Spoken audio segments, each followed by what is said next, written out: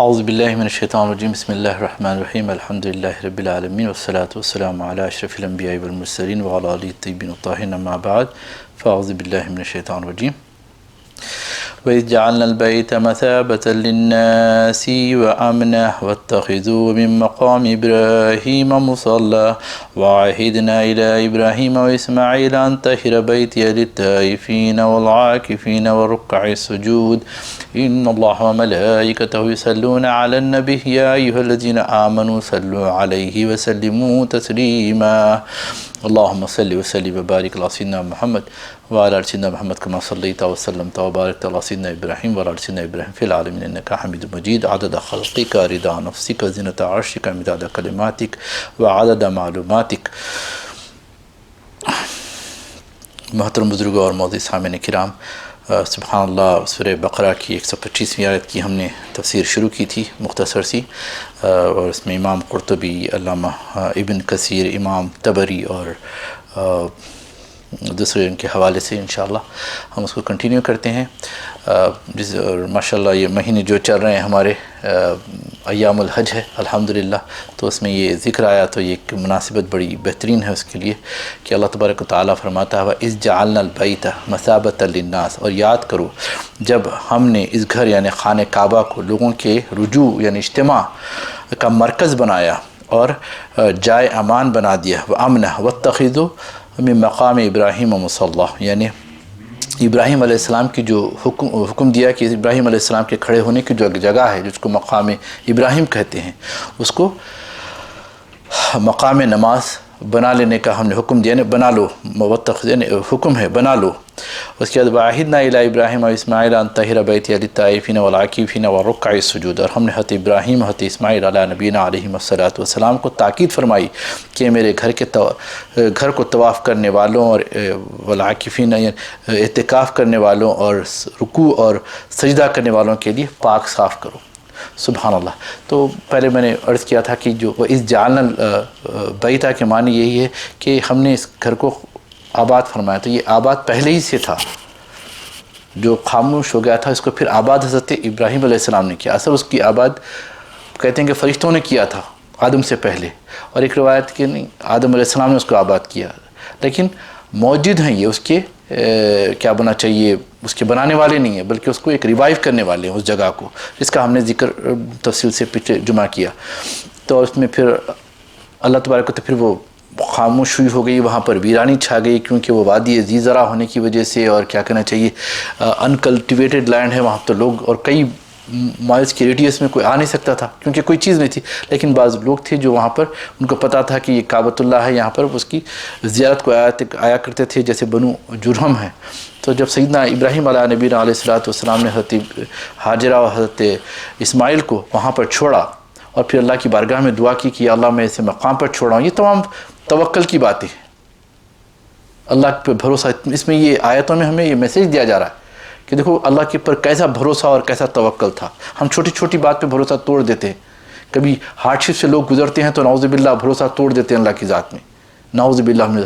تو یہ انبیاء کی زندگی ہے، حالانکہ ایک انسان ایک بشری لباس میں ہے، یہ لوگ بشر ہیں، اللہ کے یعنی پیدا کردہ مخلوق ہے، بس چی نسبت خاکرہ بعالم پاک، ہماری ان سے کیا نسبت ہے، لیکن ہمارے لیے وہ ماڈلز ہیں، وہ ایک ایگزمپلارس ہیں. سبحان اللہ. تو وہاں پر چھوڑا، پھر وہاں پر حضرت جو ابراہیم نے جو پانی وغیرہ جو دیا تھا ان کو کھانے کے لیے وہ سب ختم ہو چکے تھے. اب پریشانی میں حضرت ہاجرہ، ایک بشری تقاضا ہے. پھر وہ صفا اور مروہ کے درمیان جو سعی کی انہوں نے جہاد کیا، سعی کے معنی جاہد جو ہوتا ہے جو اسٹرائیو کرتا ہے اس کو سعی کہتے ہیں. انہوں نے محنت کی اور ایسی پتھریلی زمین تھی وہ، اب تو بڑا اچھا کر دیا گیا، آسانیاں پیدا کر دی، ہمیں تو وہ صحیح محسوس ہی نہیں ہوتی. صحیح یعنی مشکل جو اسٹرائیونگ محنت نظر ہی نہیں آتی، بڑا ہر چیز سکون میں ہے. لیکن جس دور سے گزری اللہ اکبر، اگر ہم اس کو خاکے کو اگر تصور میں لائیں تو اللہ اکبر بڑی خطرناک، کیونکہ ہم نے بعض پہاڑیوں پہ چڑھے ہیں اور وہاں کے پتھر ہمیں چبھے ہیں، استغفر اللہ ہم نے ان کو تکلیف دی، ہماری کیا حیثیت.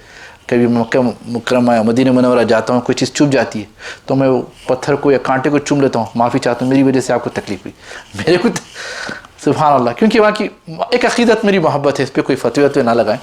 سبحان اللہ، کیونکہ ایک وہاں کی در و دیوار سے محبت ہے مجھے، وہاں کی خاک سے محبت ہے مجھے، سبحان اللہ۔ تو سبحان اللہ، بہرحال وہ دوڑیں اور وہ اللہ کو ادا ایسی پسند آئی کہ ہمارے حج و عمرے کا ایک رکن بن گیا، وہ واجبات میں سے بن گئے۔ ان الصفا والمروہ میں آگے آئیں گے وہ انشاءاللہ، ہم اس کا ذکر کریں گے، سبحان اللہ، کیونکہ شاعر اللہ میں سے ہو گئے، کیونکہ حضرت ہاجرہ دوڑی۔ تو یہ تمام واقعات ہیں۔ پھر اس کے بعد حضرت ابراہیم کے حضرت اسماعیل کے قدموں سے حضرت جبریل علیہ السلام نے پانی کو نکالا، بس کہتے ہیں ایک فرشتہ آیا، بس کہتے ہیں 3 روایتیں اس میں، لیکن اسٹرانگ یہ ہے کہ حضرت ایک فرشتہ آیا اور وہاں ان کے قدموں سے پانی کو کھود کر نکالا، واللہ تعالی عالم۔ تو تمام چیزیں ان کی قدموں سے ہی برکتیں ہوتی ہیں، جیسا کہ حضرت ایوب علیہ السلام بیمار ہو گئے، بلکہ ان کی بیماری کا علاج خود ان کے قدموں میں تھا۔ کئی مرتبہ کامیابی ہمارے قدموں میں ہوتی ہے، ہمیں پتہ نہیں رہتا۔ اور کچھ برجلی کا ہادہ مختصر وبارد وشراب، اللہ تعالیٰ نے فرمایا تھا نا قرآن کہ اے ایوب اپنے ایڑیوں کو رگڑو، صبح اس سے جو پانی نکلے گا سبحان اللہ، اس کے اندر یہ ٹھنڈا ہے، اچھا ہے، اس کے اندر تمہارے لیے شفا ہے، سبحان اللہ۔